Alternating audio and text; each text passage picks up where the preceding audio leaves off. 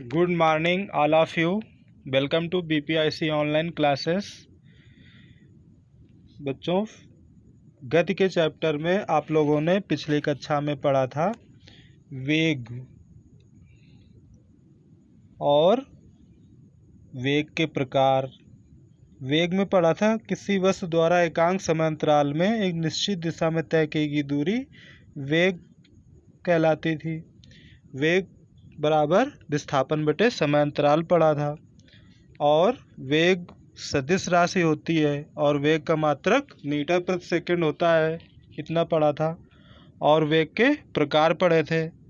आज की कक्षा में बच्चों चाल तथा वेग में अंतर, difference between speed and velocity पहले पढ़ेंगे।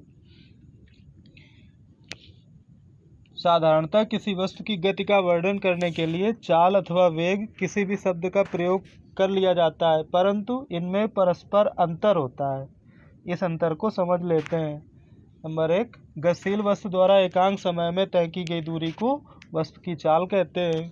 वेग गतिशील वस्तु द्वारा एकांक समय में किसी निश्चित दिशा में तय की गई दूरी वस्तु का वेग कहलाती है।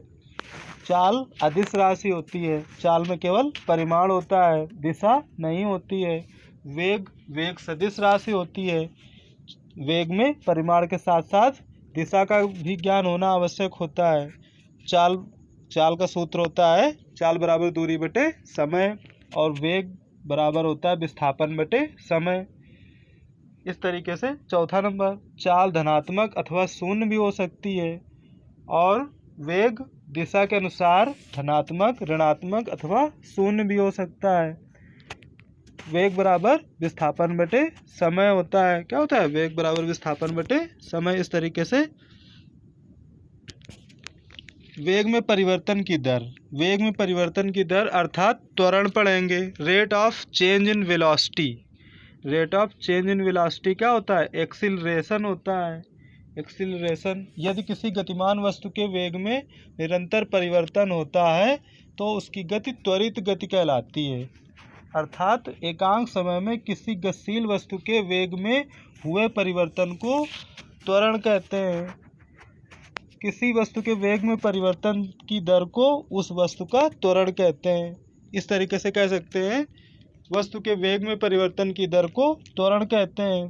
त्वरण बराबर होता है वेग परिवर्तन बटे समय अंतराल, अर्थात त्वरण बराबर अंतिम वेग माइनस प्रारंभिक वेग बटे वेग परिवर्तन में लगा समय। त्वरण को प्रायः ए से प्रदर्शित करते हैं, स्मॉल ए से। यह एक सदिश राशि है। यदि किसी वस्तु का प्रारंभिक वेग u है तथा t सेकंड के बाद उसका वेग v हो जाता है, तो a बराबर v minus u upon t. A बराबर क्या हो जाएगा? v minus u upon t. A के ऊपर जो तीर का निशान बना हुआ है उसे वेक्टर कहते हैं। मतलब त्वरण कैसी राशि है? सदिश राशि, इसीलिए उसके ऊपर वेक्टर का निशान लगा है। इस तरीके से इसी प्रकार यदि किसी गतिशील वस्तु का वेग किसी समय t1 पर v1 हो तथा कुछ क्षण बाद t2 पर v2 हो जाए, तो t2 माइनस t1 समय अंतराल में वेग परिवर्तन क्या हो जाता है? v2 माइनस v1 हो जाता है। अतः त्वरण a बराबर v2 माइनस v1 बटे t2 माइनस t1, अर्थात a बराबर डेल्टा v बटे डेल्टा t। मात्रक, त्वरण का मात्रक कैसे निकालेंगे? त्वरण का मात्रक मतलब वेग परिवर्तन का मात्रक बटे समय का मात्रक। मतलब वेग का मात्रक क्या होता है? मीटर प्रति सेकंड बटे समय का मात्रक सेकंड। ऊपर मीटर प्रति सेकंड है, नीचे सेकंड है। ऊपर वाला सेकंड नीचे आ जाएगा तो क्या हो जाएगा? मीटर प्रति सेकंड स्क्वायर। मतलब त्वरण का मात्रक क्या आ गया? मीटर प्रति सेकंड स्क्वायर। एसआई पद्धति में त्वरण का मात्रक क्या हुआ? मीटर प्रति सेकंड स्क्वायर। इस तरीके से त्वरण का सूत्र पता चल गया। त्वरण बराबर वेग परिवर्तन बटे समय अंतराल, ए बराबर डेल्टा वी बटे डेल्टा टी। त्वरण के प्रकार, टाइप्स ऑफ एक्सीलरेशन। त्वरण के प्रकार में त्वरण निम्न प्रकार के होते हैं, जैसा कि आप लोग देख रहे हैं। एक समान त्वरण, यदि किसी वस्तु में समान समय अंतरालों में वेग परिवर्तन समान हो तो उसका वेग उसका त्वरण कैसा होता है, एक समान त्वरण होता है। जैसे गुरुत्व के प्रभाव में स्वतंत्र रूप से नीचे गिरती हुई वस्तु का त्वरण एक समान होता है। जैसे मतलब अगर कोई वस्तु ऊपर से नीचे गिराई जाती है तो गुरुत्वाकर्षण बल के कारण नीचे की ओर एक समान वेग से गिरती है। इस तरीके से वो किस में होगी, एक समान त्वरण में होगी। असमान त्वरण, जब समान समय अंतरालों में किसी वस्तु के वेग में परिवर्तन भिन्न भिन्न हो तो उस वस्तु का त्वरण कैसा होता है, असमान होता है। असमान त्वरण कहलाता है। जैसे भीड़ भाड़ वाली क्या होता है, जैसे भीड़ भाड़ वाली जगह पर साइकिल चलाते हुए बार बार ब्रेक लगाने पर साइकिल की चाल कभी धीमी हो जाती है, कभी तेज हो जाती है। ऐसे में साइकिल का त्वरण क्या होगा, असमान त्वरण होगा। साइकिल का त्वरण कैसा होगा, असमान त्वरण। तीसरा नंबर है धनात्मक, ऋणात्मक तथा शून्य त्वरण भी हो सकता है। जब कोई वस्तु एक समान गति करती है तो उसका वेग नियत रहता है। वेग में परिवर्तन शून्य होने से त्वरण भी शून्य हो जाता है। अब यदि वस्तु के वेग के परिमाण में समय के साथ साथ वृद्धि होती है तो वस्तु का त्वरण धनात्मक होता है। यदि वस्तु के वेग का परिमाण समय के साथ साथ घट रहा है तो त्वरण ऋणात्मक होता है। इसे मंदन कहते हैं। जैसे स्टेशन पर खड़ी रेलगाड़ी जब चलना प्रारंभ करती है तो उसके वेग में निरंतर वृद्धि होती जाती है, अर्थात त्वरण धनात्मक होता है। परंतु गाड़ी रोकने के लिए चालक गाड़ी के वेग का परिमाण घटाता जाता है और अंततः गाड़ी का वेग शून्य हो जाता है। इसमें त्वरण ऋणात्मक हो जाता है। अतः मंदन बराबर वेग में कमी बटे समय अंतराल। अगर वस्तु का त्वरण ऋणात्मक होता है तो उसे मंदन कहते हैं। क्या कहते हैं, त्वरण को मंदन कहते हैं। इस तरीके से आप लोग त्वरण का न्यूमेरिकल में यूज देख सकते हैं। क्या है, एक लड़का साइकिल से स्कूल जा रहा है। साइकिल का वेग 2 सेकंड में 10 मीटर पर सेकंड से बढ़कर 20 मीटर पर सेकंड हो जाता है। उसका त्वरण बताना है। पहले कितना था वेग साइकिल का, 10 मीटर पर सेकंड।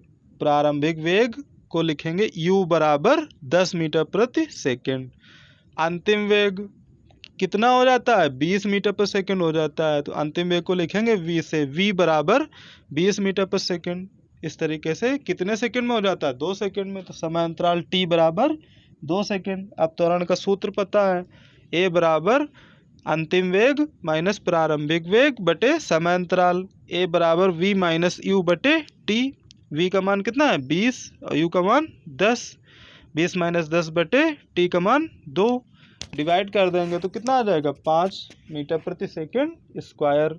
इस तरीके से साइकिल सवार का त्वरण कितना निकला, a बराबर 5 मीटर प्रति सेकंड स्क्वायर।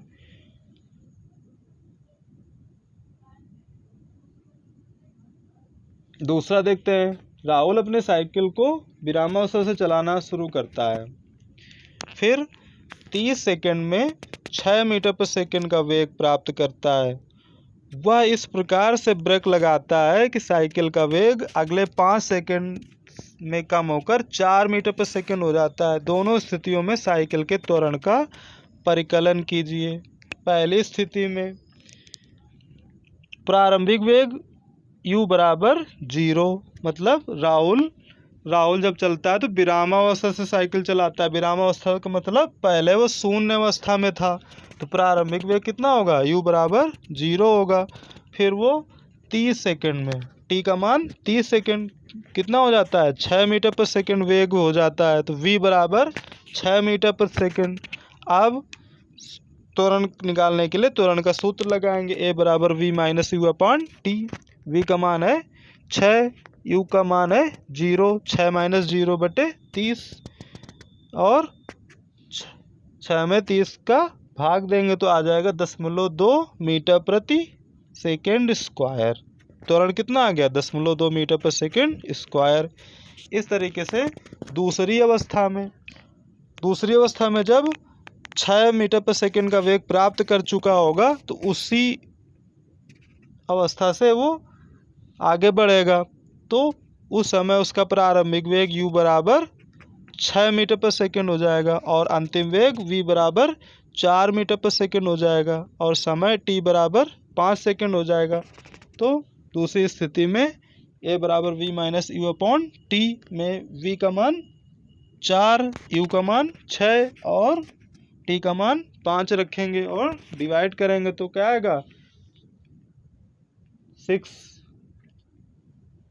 क्या है, बड़ा है, तो माइनस में आएगा -0.4 मीटर पर सेकेंड स्क्वायर। इस तरीके से साइकिल का त्वरण पहली स्थिति में 0.2 मीटर पर सेकेंड स्क्वायर और दूसरी स्थिति में -0.4 मीटर पर सेकेंड स्क्वायर इस सूत्र से निकाल सकते हैं। कौन से सूत्र से?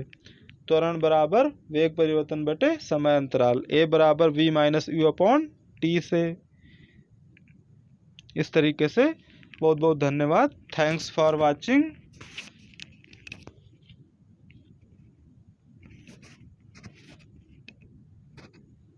Thanks for watching. Like and subscribe.